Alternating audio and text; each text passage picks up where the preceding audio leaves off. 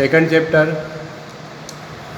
First problem जो हमने solve करी, calculation of new profit sharing ratio and sacrificing ratio.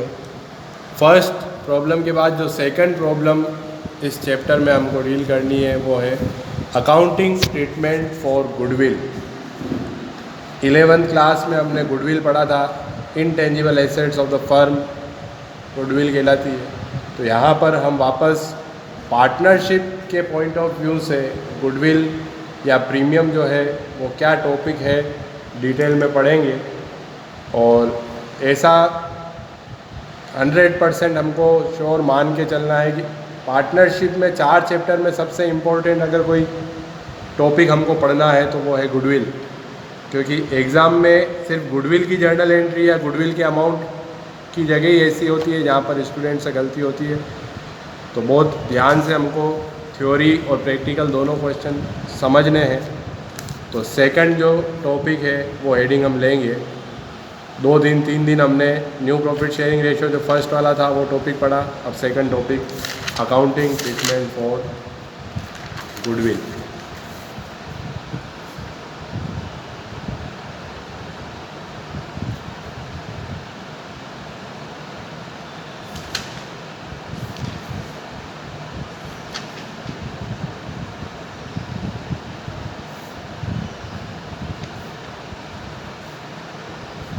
Twelfth class का exam हो गया और जुलाई से क्लास भी स्टार्ट हो रही, तो मतलब ये इस भरोसे नहीं रहना है अपने को कि सिलेबस कुछ कम हो सकता है या हमको एक एक चीज़ पढ़नी, डिटेल में पढ़नी और लापरवाही करनी नहीं है। तो ये जो सब टॉपिक है वापस क्लास में वहाँ रिपीट नहीं होगी। जो भी वीडियोस नहीं देख रहे हैं सब वीडियोस देख के और एक एक टॉपिक पढ़ें। तो अकाउंटिंग ट्रीटमेंट फॉर गुडविल, पहले बुक की लैंग्वेज समझ के थ्योरेटिकल एस्पेक्ट देखेंगे गुडविल का, और पार्टनरशिप के पॉइंट ऑफ व्यू से समझना है। 11th में हमने एक नॉर्मल कंसेप्ट पढ़ा था गुडविल का। तो goodwill is not a tangible assets. Tangible assets are assets which can be touched और सीन, जिनका भी फिजिकल एग्जिस्टेंस होता है, जैसे फर्नीचर, मशीनरी, वो सब क्या है, टेंजिबल एसेट्स। तो इसने कहा goodwill is not a tangible assets like other physical assets of the business. It can not be seen but can be felt only. देख नहीं सकते, इसको फील किया जा सकता है गुडविल जो एसेट्स है। इट हैज़ नो फॉर्म, कोई फॉर्म नहीं है, जैसे सॉलिड फॉर्म या लिक्विड फॉर्म, ऐसा कोई फॉर्म नहीं होता, फिजिकल एग्जिस्टेंस ही नहीं है गुडविल का। So it is N intangible assets. Intangible assets AS 26 जो होता है अकाउंटिंग स्टैंडर्ड 26, वो इनटेंजिबल एसेट्स के लिए बना हुआ है। Assets which can not be touched और seen are known as intangible assets. For example goodwill, patent, copyrights, trademarks, ये सब हमने 11th क्लास में एग्जांपल्स पढ़े थे intangible assets. It is very difficult to define. बहुत अच्छी लाइन होती है ये गुडविल के लिए कि goodwill is difficult to define but it's easy to explain. Explain करना हो गुडविल को तो एक्सप्लेन कर सकते हैं, पर एक पर्टिकुलर कोई डेफिनेशन देनी हो तो गुडविल की नहीं दी जा सकती। तो ये लाइन बहुत फेमस होती है गुडविल के लिए, it is very difficult to define but it's easy to explain. Every businessman tries to establish his goodwill because it enables him to earn more profits. Goodwill is nothing more than the probability that the old customer will resort to the old place. एक एक word important है goodwill को समझने के लिए। ये goodwill is the present value of a firm's anticipated excess earnings. It is attributable to the reputation which is acquired by an undertaking operating successfully. अब मैं इसको एक्सप्लेन करूँगा एक एक वर्ड को, ध्यान से समझना। वर्ड आया goodwill.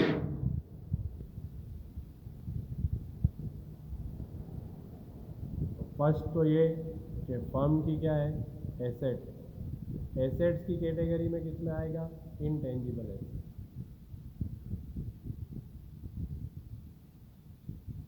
which cannot be touched or seen. It is very difficult to define. Every businessman tries to establish his goodwill because it enables him to earn more profits. यहाँ आप समझना है, कोई भी दुकानदार हो, बिजनेसमैन हो या बड़ा कोई बिजनेसमैन हो, बड़ी कंपनी हो, कोई भी जो बिजनेस लाइन में है, वो सब ये ट्राई करते हैं कि हमारी गुडविल हम कह सकते हैं कि एक रेपुटेशन, कहते हैं ना, हमारी इमेज कैसी है, और हिंदी में कहें तो हमारी प्रतिष्ठा बाज़ार में। हम बाज़ार में गए, किसी शॉप पे गए, कोई गुड्स हमने परचेज़ किया और मान लो जेब में हाथ डाला, जेब में पैसे नहीं, और दुकान वाला हमको कहे कि कोई बात नहीं, ले जाओ आप, बाद में पैसे दे देना, तो वो हमारी क्या है, प्रतिष्ठा, उसको कहते हैं इमेज। ऐसे ही बिजनेस की जो इमेज होती है उसको क्या कहा जाएगा, गुडविल। वो फर्म की एसेट है, और एसेट इसको क्यों माना है, क्योंकि ये कह रहा है is goodwill because it enables him to earn more profit.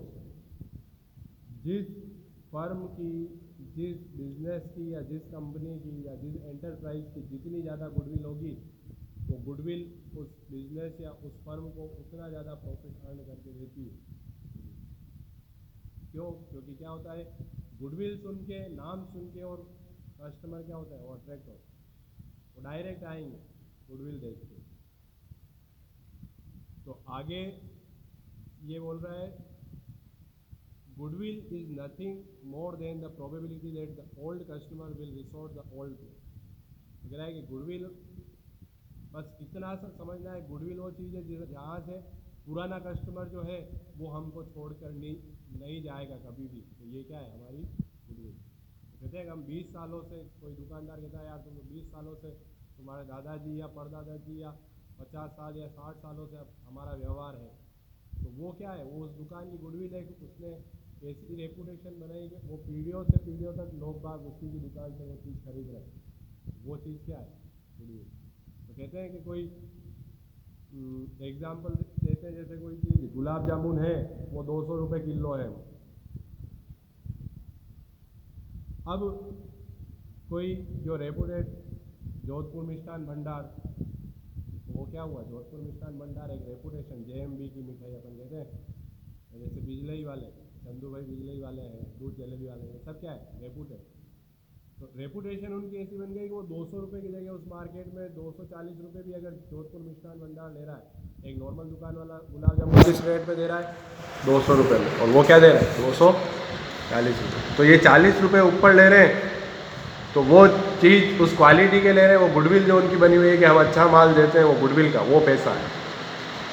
और इससे ज़्यादा अगर एक्सप्लेन मैं करूँ, और ज़्यादा ही अच्छा एग्जाम्पल होता है कि कोई मटेरियल है, जैसे कोई शूज़ है, वो है एडिडास या रेड चीफ या फिर वुडलैंड, इनके शूज़, तो वही मटेरियल दूसरी कंपनी यूज़ कर ले, वो की वो क्वालिटी, तो वो शायद वो शूज़ 1000 रुपये या 1200 रुपये में भी बन सकता है, पर वो शूज़ एडिडास और रेड चीफ कितने में बेच रही है, 2500, 3000, 4000, और लोग बाग खरीद रहे हैं।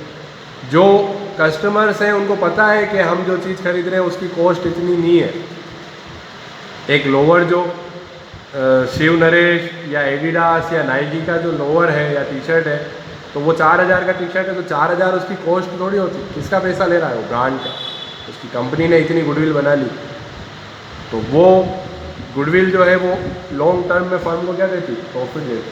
तो ये इसने लिखा कि nothing more than the probability that the old customer will resort to the old place. एक होता है ना, एक इमेज खराब होती है, अपने पुराने ग्राहक जो होते हैं वो छोड़ के चले जाते हैं, यार नहीं, गलत काम कर रहे हैं, बेईमानी कर रहे हैं, अच्छा माल नहीं दे रहे हैं, तो तुरंत कस्टमर छोड़ के चले जाएंगे, तो वो गुडविल नहीं कहलाती। ओल्ड कस्टमर ओल्ड प्लेस पे रिटेन करें, वो goodwill. Goodwill is the present value of a firm's anticipated excess earnings. It is attributable to the reputation which is acquired by an undertaking. Undertaking मतलब वही जो उपक्रम, कोई बिजनेस होता है उसको undertaking कहते हैं। Operating successfully. तो कह रहा है कि किसी बिजनेस की गुडविल बनी हुई है तो वो इस चीज़ कहते हैं ना, इसका वो साइन, ये साइन है गुडविल कि ये जो बिजनेस चल रहा है वो क्या चल रहा है, सक्सेसफुली चल रहा है। तो बहुत इंपॉर्टेंट टॉपिक। तो अगर मुझे what do you mean by goodwill, तो एक्सप्लेन हमको करना है, डेफिनेशन तो कोई पर्टिकुलर है ही नहीं गुडविल।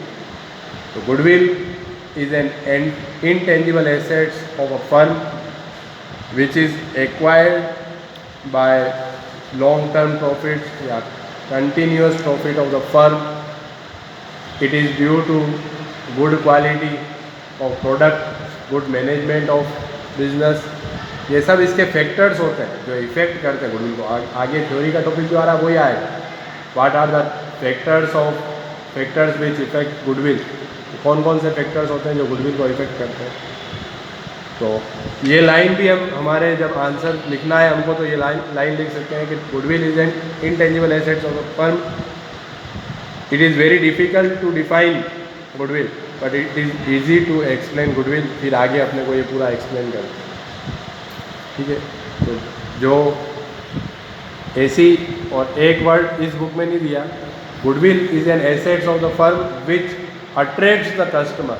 क्या करती है, कस्टमर को अट्रैक्ट करती।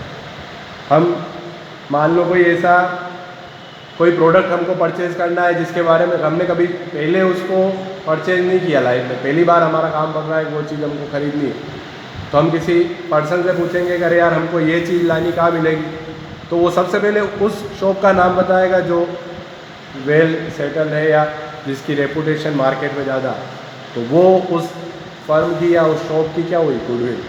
उसने क्या किया, कस्टमर को क्या किया, अट्रैक्ट किया। तो क्या फैक्टर्स होते हैं जो हम हमारे बिजनेस में रखें तो उससे हमारी गुडविल इंक्रीज होगी, और वो फैक्टर्स नहीं होंगे तो हमारी गुडविल नहीं रहेगी या रेपुटेशन ख़राब होगी। वो भी अब आगे थ्योरी में पढ़ना है। तो आगे nature and characteristics of goodwill, nature and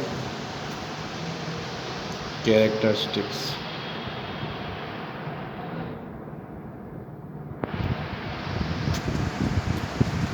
तो जो हमने एक्सप्लेनेशन पढ़ा उसी में से कुछ टॉपिक या कुछ पॉइंट्स बना दो तो वो कैरेक्टरिस्टिक्स हो जाते हैं।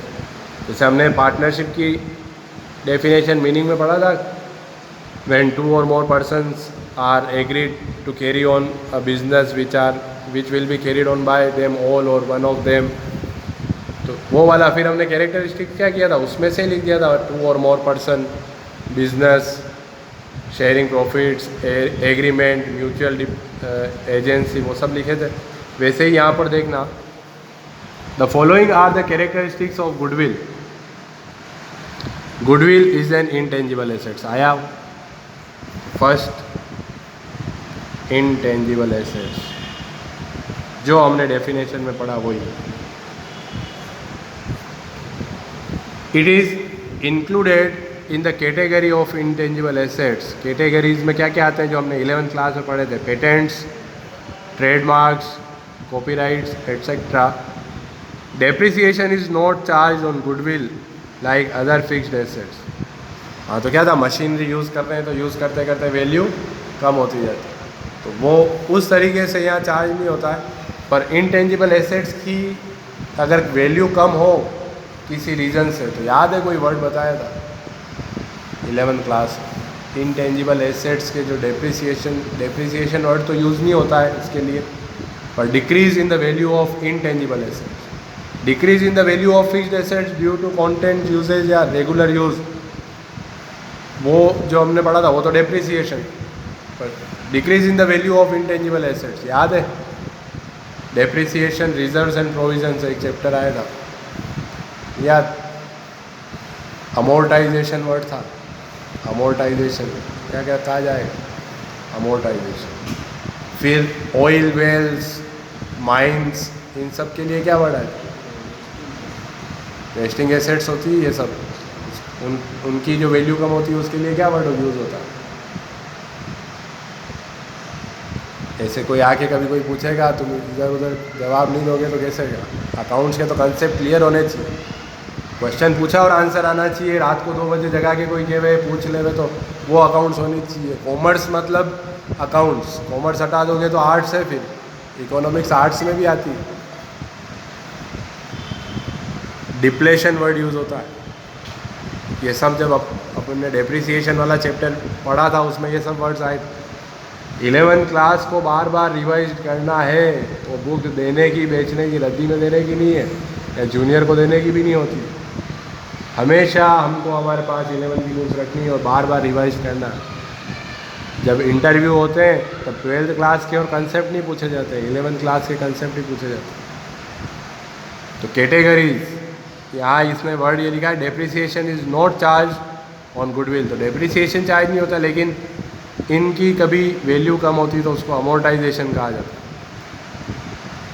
Second, it has a certain value.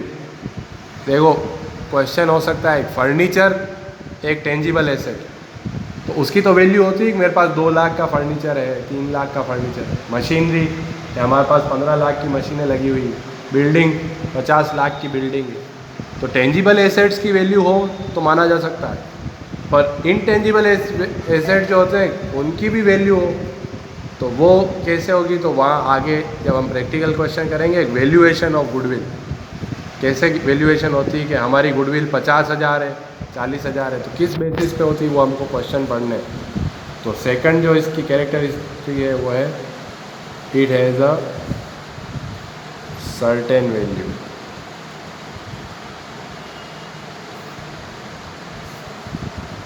Third, it helps in the earning more profits, more profits over above normal profits. तो नॉर्मल प्रॉफिट से ज़्यादा जब हम प्रॉफिट कमाते हैं उन प्रॉफिट को सुपर प्रॉफिट कहा जाता है। क्या कहते हैं? Super profit. एक होता है नॉर्मल, हम नॉर्मली इतना कमा रहे हैं, नॉर्मल से अबव, ये लाइन इसने यहाँ लिखी है ना, it helps to earn more profits over normal profit. Normal profit कहते हैं एवरेज हम इतना कमाते हैं, तो एवरेज या नॉर्मल प्रॉफिट से ज़्यादा जो प्रॉफिट होता है ना, नॉर्मल से ज़्यादा जो हम कमाएंगे उसको कहते हैं सुपर प्रॉफिट। वो आगे हमारा ये सब डिटेल आने वाली है। फिर फोर्थ इसने कैरेक्टरिस्टिक गुडविल की एक्सप्लेन करी है, वो कह रहा है कि it is an attractive force that draws old customer to the old place. हम इसको लिख सकते हैं, it attracts customers. Goodwill customer को अट्रैक्ट करती है। एक तो ये होगा कि पुराने जो कस्टमर हैं, तो पुराने कस्टमर्स पुरानी जगह पर ही रहें, वो कह रहा है इट अट्रैक्ट कस्टमर। तो ऐसे ऐसे न्यू इन्वेंशन और ये किए जाते हैं ताकि हमारे पुराने कस्टमर जो होते हैं वो हमको छोड़ के नहीं जाए। तो होता है बहुत बार कोई शॉप या कोई फर्म सालों से चल रही है, एक ही पैटर्न पे चल रही है, तो वो इन्वेंशन करते हैं या सर्वे करते हैं। वो कंपनीज भी जो होती है वो सर्वे करती है, वो सर्वे करके और पता करती है कि क्या चीज़ कस्टमर्स की क्या डिमांड, तो कस्टमर जो डिमांड कर रहे हैं वो हमारे प्रोडक्ट में जोड़ो।